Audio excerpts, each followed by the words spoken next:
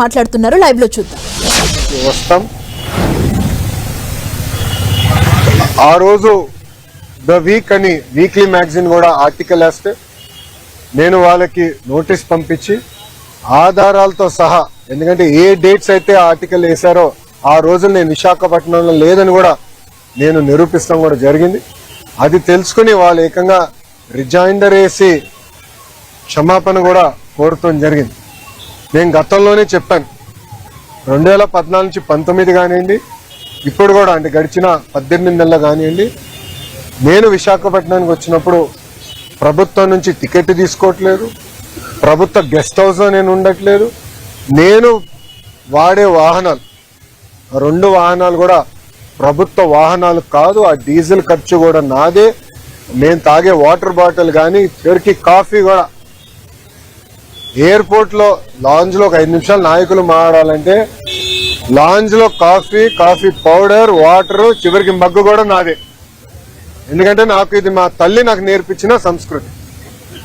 మనం ప్రజాస్వామ్యంలో ఉన్నాం. ప్రజలకు పవిత్రమైన బాధ్యత మనకు పెట్టారు.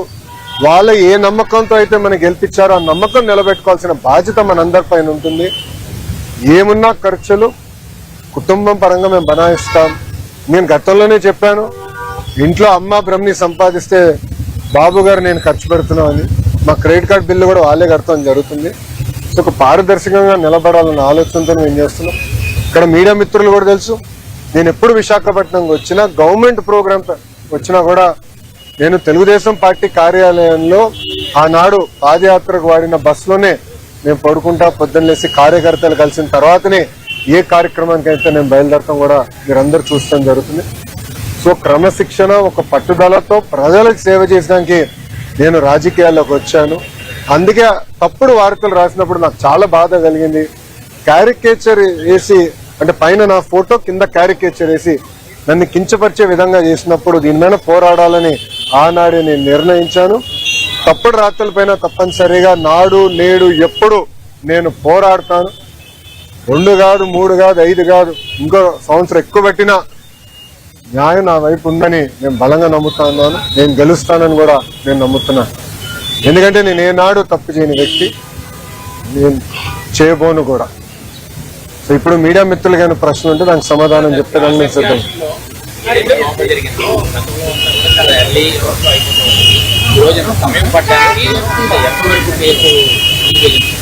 అంటే నా ఎగ్జామినేషన్ ఈరోజుతో పూర్తయింది. సో నెక్స్ట్ టైం వైజాగ్ వచ్చినప్పుడు వేరే కంపెనీ కోసం వస్తాను.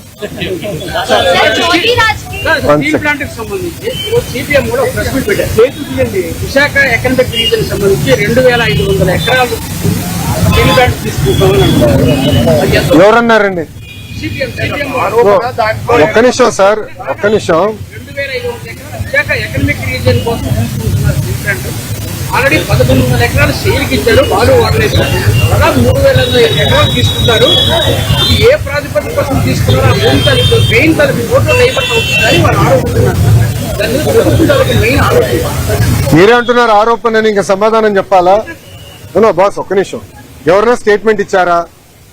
మంత్రి కానివ్వండి, అంటే గౌరవ ముఖ్యమంత్రి గారు కానివ్వండి, గౌరవ ఉప ముఖ్యమంత్రి గారు కానివ్వండి, ప్రభుత్వం సంబంధించిన అంటే ఎన్డీఏ ప్రభుత్వానికి సంబంధించిన ఎవరన్నా స్టేట్మెంట్ ఇచ్చారా? ఫలానా భూమి 14,000 కోట్ల రూపాయలు కేంద్ర ప్రభుత్వం, రాష్ట్ర ప్రభుత్వం విశాఖ ఉక్కుని కాపాడేదానికి మేము ఇన్ఫ్యూజ్ చేశాం. ఈరోజు విశాఖ ఉక్కు 3rd మన బాయిలర్ ఏదైతే ఉందో అది కూడా మేము యాక్టివేట్ చేశాము. ఫుల్ ప్రొడక్షన్ కి మేము తీసుకొచ్చాము. గతంలో కూడా ఇలాంటి పరిస్థితి వస్తే ఆనాడు వాజ్పేయి గారు, చంద్రబాబు నాయుడు గారు కలిసి విశాఖ ఉక్కుని కాపాడారు. ఈ రోజు మోడీ గారు, చంద్రబాబు నాయుడు గారు కలిసి మళ్ళీ విశాఖ ఉక్కుని కాపాడుతున్నారు. సో అపోహలు ఏం అవసరం లేదు.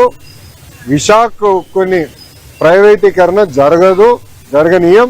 కానీ విశాఖ ఉక్కు ప్రాఫిట్ లో నడవాలని మేమందరం కోరుకుంటున్నాం. ఎందుకంటే పదే బెయిల్అవుట్లు ఇస్తాం కరెక్ట్ కాదు.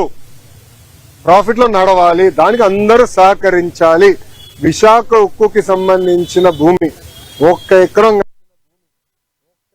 ఒరిజినల్ ఇంటెన్షన్ కి ఇచ్చారో దానికే వాడుతాం తప్ప వేరే దానికి డైవర్ట్ చేయాలన్న ఆలోచన ఎన్డీఏ ప్రభుత్వానికి లేదు.